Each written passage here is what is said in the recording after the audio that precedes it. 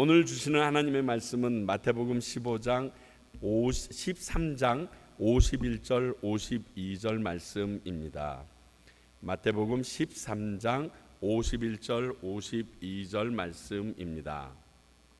우리 모두 함께 자리에서 일어나서 하나님의 말씀 받도록 하겠습니다. 받들어 읽습니다. 하나님의 말씀 들으시기 바랍니다. 이 모든 것을 깨닫느냐 하시니 대답하되 그러하오이다. 예수께서 이르시되 그러므로 천국의 제자된 서기관마다 마치 새 것과 옛 것을 그 곳간에서 내오는 집주인과 같으니라. 아멘. 하나님의 말씀입니다. 자리에 앉아 주시기 바랍니다. 기도하겠습니다. 하나님, 우리에게 오늘도 말씀 주심에 감사합니다. 어떤 이들에게는 이 말씀이 졸리고 따분한 것이지만 또 우리들에게는 생명이요 또 소망이 되는 말씀인 것을 고백합니다. 아버지여, 오늘도 당신의 음성을 듣기를 소원하고 기대하옵나니 당신의 영이 우리를 다스려 주시사 이 놀라운 일이 우리 안에 일어나게 하여 주시옵소서. 부족한 종 섰습니다. 성령님 함께하여 주셔서 성령님이 원하는 말씀 전하게 하시고 그 능력이 드러나는 시간 되도록 우리 가운데 역사하여 주시옵소서. 우리의 주인 되시는 예수 그리스도의 이름으로 기도하옵나이다. 아멘.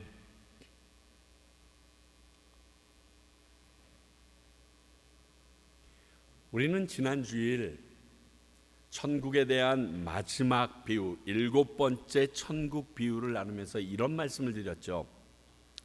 누가 말하든 이 천국에 대해서는 부분적일 수밖에 없다. 왜냐하면 천국은 사람들의 언어로 표현하는데 한계가 있는 것이기 때문에 그렇다. 우리가 하나님을 표현하는 것도 있는데 그 하나님이 만드신 천국도 사실 표현하는 게 거의 불가능해서 누가 얘기했듯이 부분적이라는 것을 이야기했습니다. 그런데 지금까지 우리가 마태복음 13장에서 소개된 7가지 비유를 살펴보면요, 이런 결론이 나옵니다. 천국은 이 땅에서 펼쳐지는 하나님의 나라이다, 이런 겁니다. 우리는 죽어서 가는 것이 천국이라고 생각했는데 이 땅에서 이루어지는 하나님의 나라라는 것을 우리에게 암암리 알려주셨습니다. 다시 말하면 믿는 모든 사람들 안에서 세워져 가는 모습이라는 거죠. 씨가 내 마음밭에 벌어졌는데 이것이 자라나서 30배, 60배, 100배가 됩니다. 그리고 내 안에 겨자씨같이 조그만 것이 드러났는데 어마어마하게 큰 나무가 됩니다. 그리고 누룩같이 조그만 것이 들어왔는데 주변을 다 물들게 할 정도로 이러한 엄청난 것, 내가 무엇을 찾든지 최고의 것을 찾아서 소유하게 되는 것이 천국, 그 믿는 사람 안에서 일어나는 일이 천국이라는 것을 우리에게 지금까지 알려주고 있었습니다. 천국은 사람이 살아가는 삶 안에서 나타나게 되어 있다는 것입니다. 그러므로 천국을 하나님이 다스림 속에 살아가는 사람들의 모습이다라고 정의해도 가능한 이야기입니다. 우리들의 삶 속에서 드러나는 것이 천국이라는 것입니다. 오늘 말씀은 그 천국의 제자들의 역할을 말하고 있습니다. 과연 그 천국에 살아가고 있는 제자들은 어떠한 책임과 의무가 있는가 말입니다. 이 말씀을 통해 우리가 진정 천국의 제자인지 혹 그 역할은 또 잘 감당하고 있는지 말씀을 통해서 확인해 보도록 하겠습니다. 자, 먼저 51절을 보니까요, 예수님의 질문과 제자들의 대답이 나오고 있습니다. 이런 거죠. 야, 내가 너희들에게 지금 7가지 비유를 통해서 천국에 대해서 얘기해 줬는데 이거 다 너희들이 깨달았니? 알 수 있겠디? 그랬더니 제자들이 대답합니다. 네, 이상하게 다 알게 됐어요. 제가 이상하게라는 말을 넣은 이유가 있습니다. 자, 제자들은요, 그들에게 허락된 천국 비밀을 깨닫는 축복을 받은 자들입니다. 마태복음 13장 11절 볼까요? 대답하여 이르시되 천국의 비밀을 아는 것이 너희에게는 허락되었으나 그들에게는 아니 되었나니, 이렇게 되어 있어요. 왜냐하면 제자들이 말했어요. 아니 예수님 왜 다 비유로만 얘기합니까? 그랬더니 예수님이 얘기합니다. 천국의 비밀을 아는 것이 너희들에게는, 제자들에게는 허락되었으나 저들에게는 허락되어지지 않은 거랍니다. 이 말씀을 통해서 알 수 있는 것이 제자들이 학식이 높거나 똑똑해서 예수님이 말하는 천국 비밀을 깨달은 게 아니라는 것입니다. 전적인 하나님의 은혜로 그들에게 열어주셨기 때문에 그들이 깨닫게 됐다는 것입니다. 여러분 기억하세요. 우리가 천국을 믿게 되는 것은, 예수 그리스도를 믿게 되는 것은 우리의 노력과 우리의 학식과 우리의 열심과 신실함이 아니고 하나님께서 우리의 마음을 열어주셨기 때문에, 허락되어진 자들이기 때문에 주어졌다는 것입니다.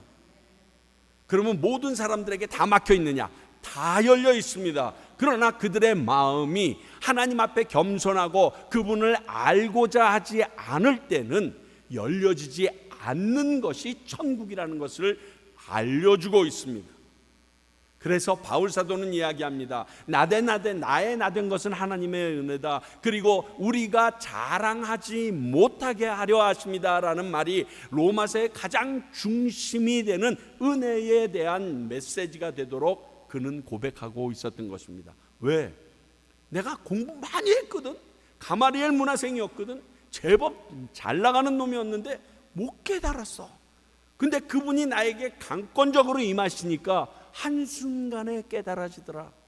이게 어떻게 내가 자랑할 게 있느냐? 내가 공부 많이 했기 때문에, 내가 바리새인 중에 바리새인이기 때문에 깨달은 게 아니더라 고백하는 거예요. 똑같습니다. 그들이 깨닫지 못한다면요, 그 다음에 주어질 역할도 주어지지 못합니다. 이거는요, 면허증을 따지 못하면 운전할 수 없는 거랑 똑같은 겁니다. 면허증을 취득해야 운전을 하는 일을 감당할 수 있듯이 천국에 대하여 깨달아야 천국을 전하는 사람이 될 수 있기 때문에 그렇습니다.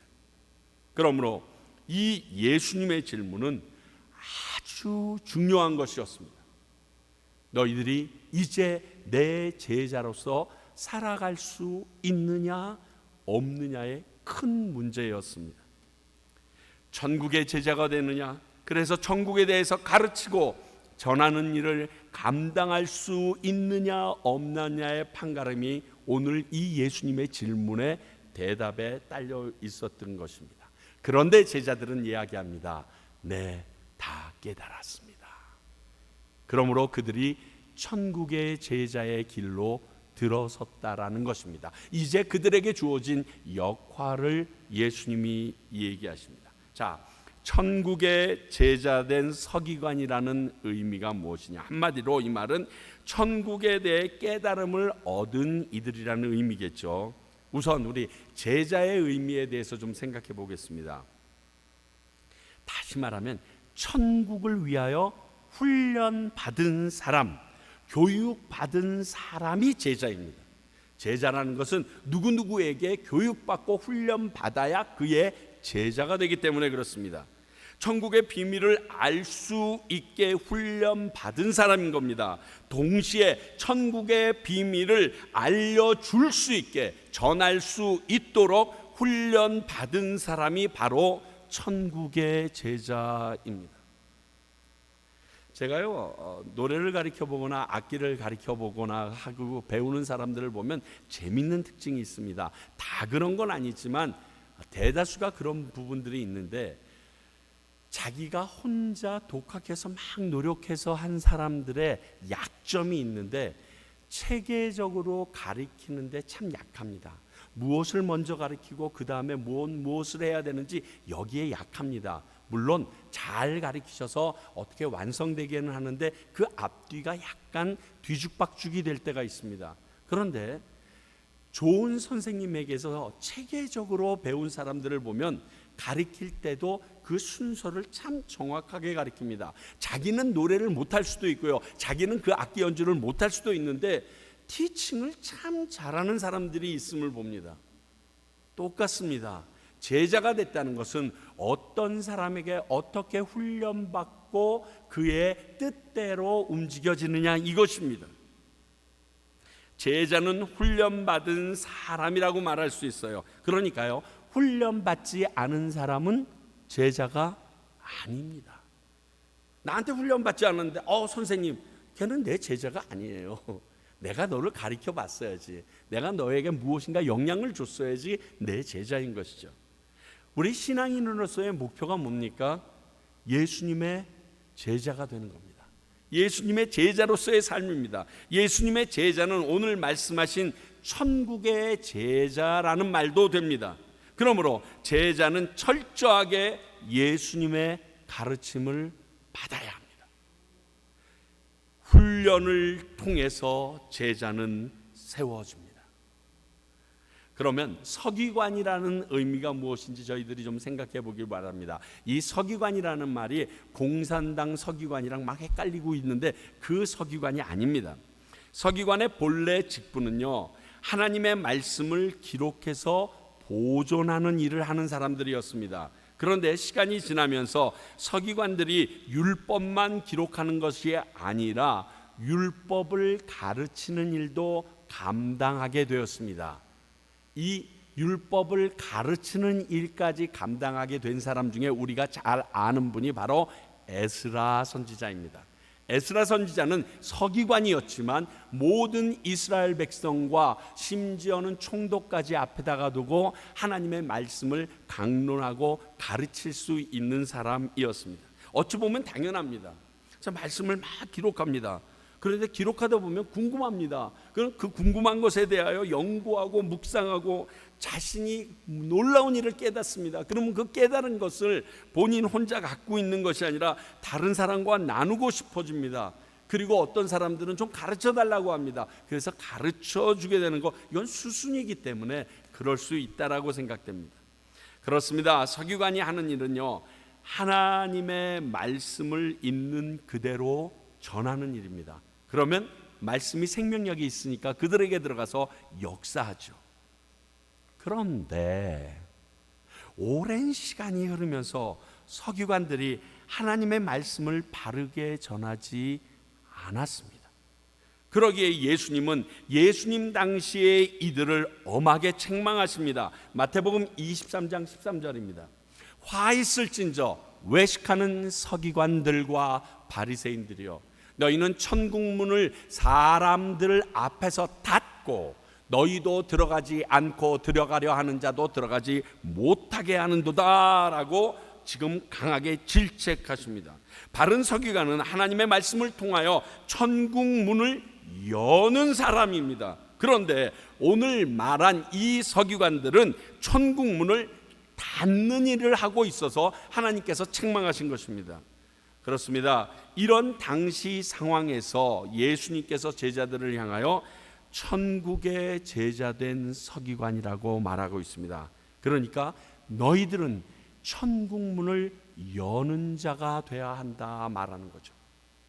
하나님의 제자된 우리들은 하나님의 말씀을 바로 배우고 잘 가르치며 말씀에 순종하는 삶을 살기 위하여 최선을 다해야 합니다. 먼저는 저 같은 목사부터 정신 바짝 차리고 말씀 잘 전해야 합니다. 또 우리 성도님들은 하나님의 말씀을 바르게 익히고 배우려고 해야 합니다. 그것이 교회를 살리는 일입니다. 내가 성경 공부 하면 뭐해, 말씀을 읽으면 뭐해, 큐티를 하면 뭐해, 이렇게 말하지 마십시오. 그게 여러분을 살리는 일일 뿐만이 아니라 교회를 살리는 일이고 예수 그리스도의 제자가 되는, 제자라고 인정받는 길이기 때문에 그렇습니다. 그러므로 성도님들에게 제가 부탁드립니다.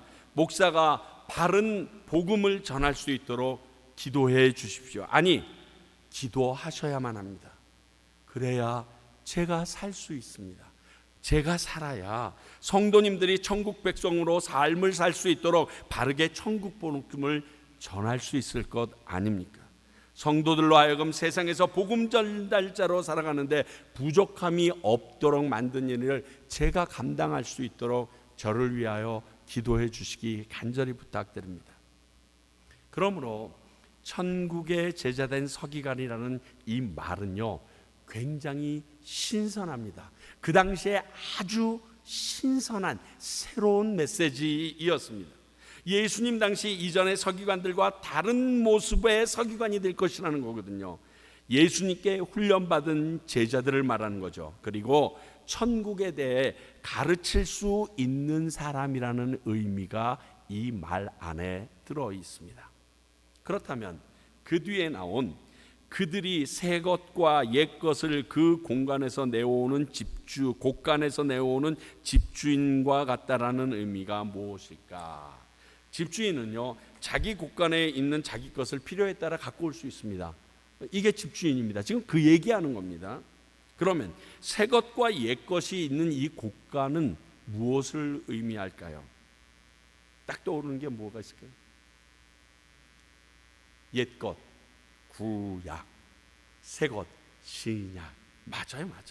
율법과 예수님의 가르침, 바로 그것을 이야기하는 겁니다. 너희들이 지금까지 쭉 배워 익혔던 그 율법, 구약의 말씀들과 내가 이제 재해석해 주는 나의 가르침, 이 신약, 이 모든 것이 너희들 곳간 안에 있으니까 그것을 가지고 온다 얘기하는 것입니다.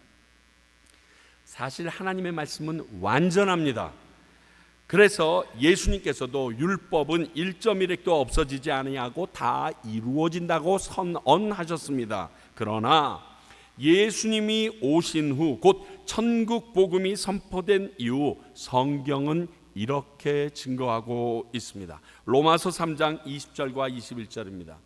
그러므로 율법의 행위로는 그의 앞에 의롭다 하심을 얻을 육체가 없나니 율법으로는 죄를 깨달음이니라. 이제는 율법에 의해 하나님의 한 의가 나타났으니 율법과 선지자들에게 증거를 받은 것이다. 갈라디아서 3장 24절 25절은 좀 더 구체적으로 말합니다.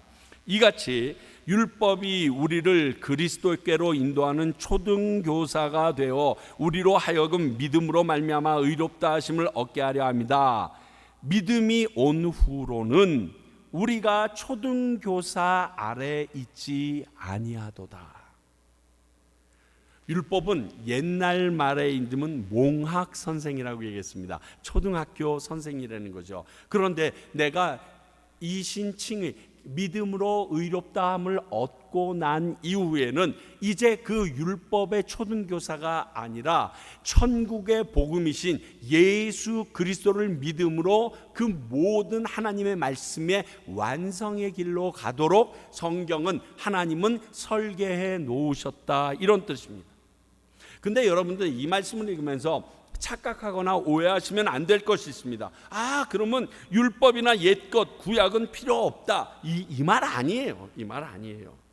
여러분, 옛날 것을 부인하는 것은 역사, 근본을 거부하는 거예요. 여러분, 역사를 거부하면요, 결국 자기 자신의 지금의 모습도 없어지게 되는 거예요. 왜냐하면 우리가 이 자리에 이렇게 모습을 가지고 있으려면 과거의 과정이 없이는 지금 저희들의 모습이 있지 않기 때문에 그렇습니다. 이 말씀은요, 시대가 변해가요. 이 변해감에 따라 새 방법의 말씀으로 해석하는 것이 합당하다는 거예요. 예수님이 오셨어요.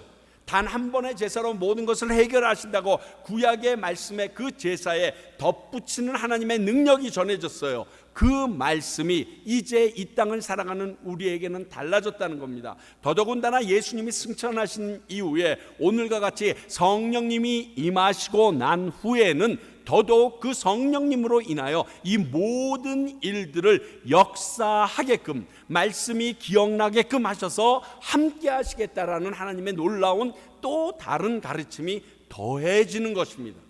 시대에 따라 말씀을 해석하는 방법이 달라질 수밖에 없는 것을 얘기합니다. 그러나 세대주의를 얘기하는 것은 아닙니다. 말씀에 대하여 보되 성경 안에서 변화되어져 가는 그 순간순간들을 대입할 수 있어야 한다는 것입니다. 그러면 그 곳간에서 내놓는 집주인이라는 의미는 뭐냐면, 집에 손님이 찾아왔습니다. 아주 친한 친구가 왔어요. 그러면 이렇게 얘기합니다. 야, 네 집처럼 생각하고 편안히 있어. 그러면 그 친구가 알았어 얘기합니다. 근데 냉장고는 뒤질 수 있을지 모르겠어요. 찬장은 좀 뒤져서 자기 필요한 거 찾을 수 있을지 모르겠어요. 그런데 그 집주인 안방에 들어가서 장롱을 연다거나 서랍장을 막 여는 거 해도 될까요? 못합니다. 왜? 진짜 그 집주인이 아니기 때문에 그건 할 수가 없습니다. 그렇습니다. 아무리 곳간에 많은 것이 있어도 집주인처럼 자유롭게 꺼내올 수는 없습니다. 오직 집주인만 자기 집에 있는 모든 것을 자기가 원하는 대로 다 뒤져서 가지고 나올 수 있는 능력이 있는 겁니다. 그런데 예수님은 천국의 제자된 서기관은 그가 깨달은 천국 복음을 이렇게 집주인처럼 구약에서 율법이든지 예수님의 새로운 가르침이든지 상황과 시대에 맞게 꺼내고 나누고 전할 수 있는 특권을 주셨다라고 얘기하는 것이 바로 이 말씀의 뜻이에요. 그 집주인이에요. 천국 복음을 전하기 위해서 구약이나 신약에서 시대와 상황에 맞게 사용할 수 있다는 게 바로 이 집주인이라는 의미입니다. 근데 우리 여기서 기억해야 될 게 하나 있습니다. 뭐냐면 이 정도 되려면 곳간에 어느 정도 뭐가 있어야 돼요. 내가 내 옷 깨고 곳간 문 열어도 아무것도 없어요. 아무것도 못 가지고 옵니다. 이를 위해서 우리는 열심히 노력하고 성령의 은혜를 구하는 일을 게을리해서는 안 됩니다. 곳간에 뭐가 채워져야죠. 컴퓨터를 처음 열면서 왜 내가 준비한 설교가 안 나오지? 안 나옵니다. 내가 입력을 했어야 됩니다. 내가 필요한 것들을 꺼집어내려면 그 컴퓨터 안에 그 모든 소스가 저장되어야 되듯이 내가 곳간 안에서 하나님의 옛 것과 지금 모든 것을 끄집어내려면 성경을 좀 읽기라도 해야죠. 성경도 안 읽고 나서 말씀이 무슨 기억 안 나요. 입력이 안 됐는데 한 번이라도 성경을 태어나서 읽어봤어야지 내 곳간에 저장이 되든지 안 되든지 하죠. 그러나 이런 거는 있습니다. 단 한 번을 읽었어도 하나님께서 기억나게 하시거나 단 한 번을 설교 중에 스쳐가면서 들었어도 성령님께서 기억나게 하실 때는 있습니다. 그러나 그런 요행수만 바란다면 내 곳간은 텅텅 비어 있을 것을 제가 확신합니다. 채우셔야 합니다. 그러면 이제 중요한 것은 언제 꺼내와야 하는가입니다. 당연합니다. 천국 복음을 전해야 될 때 꺼내와야죠. 천국의 제자잖아요. 천국에 대해서 다른 사람에게 소개할 때 이 말씀들을 딱딱 꺼내서 여러분들의 이야기로 여러분들의 경험으로는 한계가 있습니다. 제가 설교할 때 하나님의 말씀을 이렇게 증거로 되는 이유는 내 말의 능력보다 하나님의 말씀의 능력을 더 신뢰하고 여러분들도 제 말보다 하나님의 말씀의 능력을 더 신뢰하는 것을 알기 때문에 이렇게 하는 것입니다. 똑같습니다. 그런데 안타까운 건 이런 걸 잘 못합니다. 아예 안 하시는 분들도 가끔 계시더라고요. 이 일이 천국의 제자된 서기관들이 해야 할 일인데 하지 않습니다. 자, 천국 복음을 깨달았습니다. 그래서 옛 것뿐 아니라 새 것도 소유하고 있습니다. 그런데 도통 꺼나오질 않습니다. 무슨 보물상자 안에 자기 혼자 살짝 보려고 하는지. 디모데후서 4장 2절을 보면요, 너는 말씀을 전파하라. 언제? 때를 얻든지 못 얻든지 항상 힘쓰라. 다시 말하면요, 언제든지 꺼내올 수 있을 때 때를 가리지 말고 꺼내서 나눠주고 전하라는 말씀입니다. 지혜가 없으라는 얘기가 아니라 이렇게 천국을 전하기 위하여 곳간을 열어 말씀으로 그들에게 전하는 일은 언제나 우리가 해야 될 우리의 당위성이라고, 천국의 제자로서 당위성이라고 얘기하는 겁니다. 이 기쁜 소식을 온 세상 전하세. 자, 성령님이 오셨어요. 근데 이 성령님이 오셨다는 사실을 모르는 사람이 있을까봐 온 세상에 전하자고 말하듯이, 이제 천국을 알려줄 수 있는 내가 깨달은 말씀을 꺼내 세상에 전하는 그러한 하나님의 제자된 천국의 서기관들이 되어야 한다는 것입니다. 이것을 거부하면 직무유기입니다.